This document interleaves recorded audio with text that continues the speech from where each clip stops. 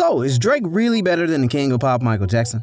Well, that's what the media, the fans, and even perhaps Drake seems to think. What's good, Rizzle fam? Today we're gonna get into the wild comparison that the media is making and how legit it really is. You see, Drake already got a lot of press with his album coming out in the middle of the release of Donda. Just as everyone thought he was taking on one of the kings of rap, he starts to overtake the king of pop. That's right, he's drawing comparisons to Michael Jackson. Michael Jackson needs no introduction. Nobody needs tons of background here, but, let's talk about some of his records. Let's start out with Thriller.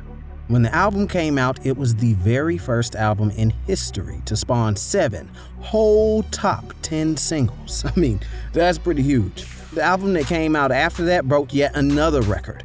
Bad spawned 5 #1 singles for the first time in the world's history. Flash forward to around the time MJ died. The dude broke even more records. He was the first artist to sell 1 million digital downloads. He absolutely smashed the record by selling 2.6 million downloads the week after his death. Drake, in comparison, isn't a music industry lightweight either. He's been pretty consistently outselling a lot of people in the game. When it comes to rap sales, there's pretty much no one who can touch Drake. He's had 10 #1 albums on the Billboard 200 and 9 #1 hits on the Billboard Hot 100. He's also the top-selling artist of all time in terms of digital downloads, which is actually huge considering he sold over 160 digital downloads over the course of his career. But MJ is one of the greatest of all time, and we're not just talking about musicians here. We're talking about pop culture icons, and MJ's reach was worldwide, truly global. He was one of the last people to have fans running after him everywhere like the Beatles did. That's a level of fame Drake hasn't matched and probably can never match if we're being honest. Maybe we're being a little too harsh on Drake though, because while he doesn't have hordes of fans following him, that doesn't really happen anymore anyway.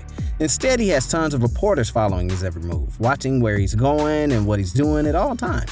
The man has no room to breathe. In fact, when he rented out a whole stadium for his date with Joanna Leia, there was a helicopter pilot who somehow managed to snap a pic. Maybe dude really does have some fame like that, but what did the fans think? Well, to back up a point we made earlier, one fan made an observation that's definitely true. In their day, the Beatles and Michael Jackson were famous all over the world. Drake, outside the United States, is totally irrelevant. Nobody knows even 2 of his songs, even in this globalized age. And that is a huge part of the equation. It's one thing to be really well known in the US, but outside of the country, it's not like someone's gonna be able to pick Drake's face out of a group photo every time. Meanwhile, if you show someone just a silhouette of MJ in his trademark pose with the hat on, you know what I'm talking about. Yeah, see?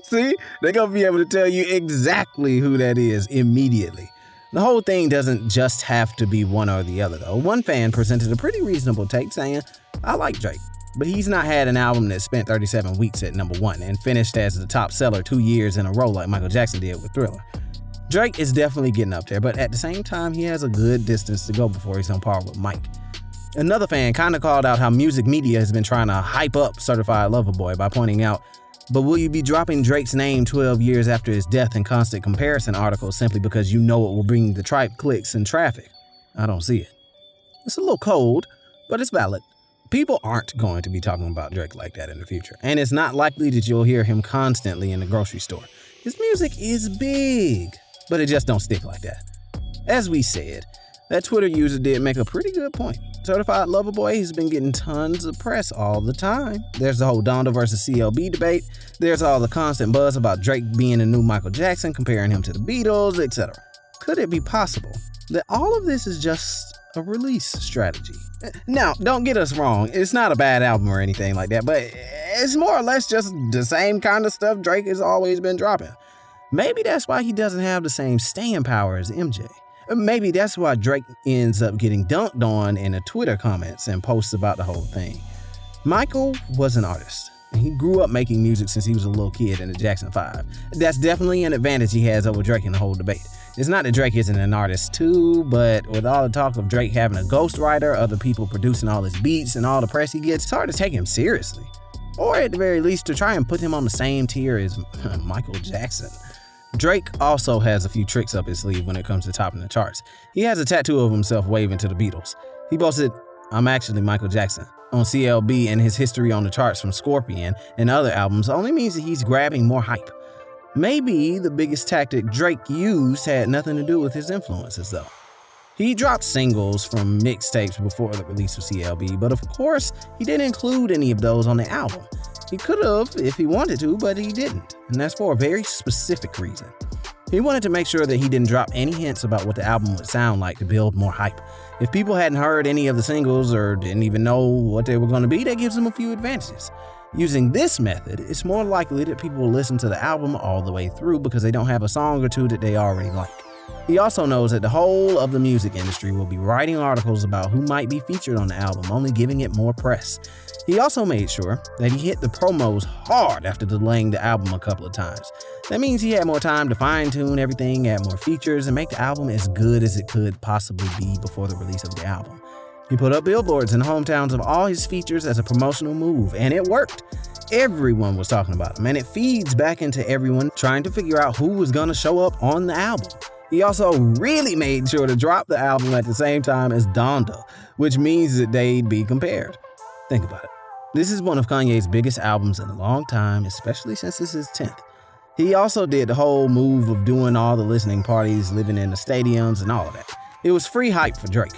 With all the press surrounding Donda, Drake knew that he would get a piece if he released around the same time, right in the middle of the beef. That way, even people who usually won't go out of their way to listen to Drake albums would listen. All the Kanye stans who are invested in the beef are gonna listen to Donda and CLB so they can decide which they think is better.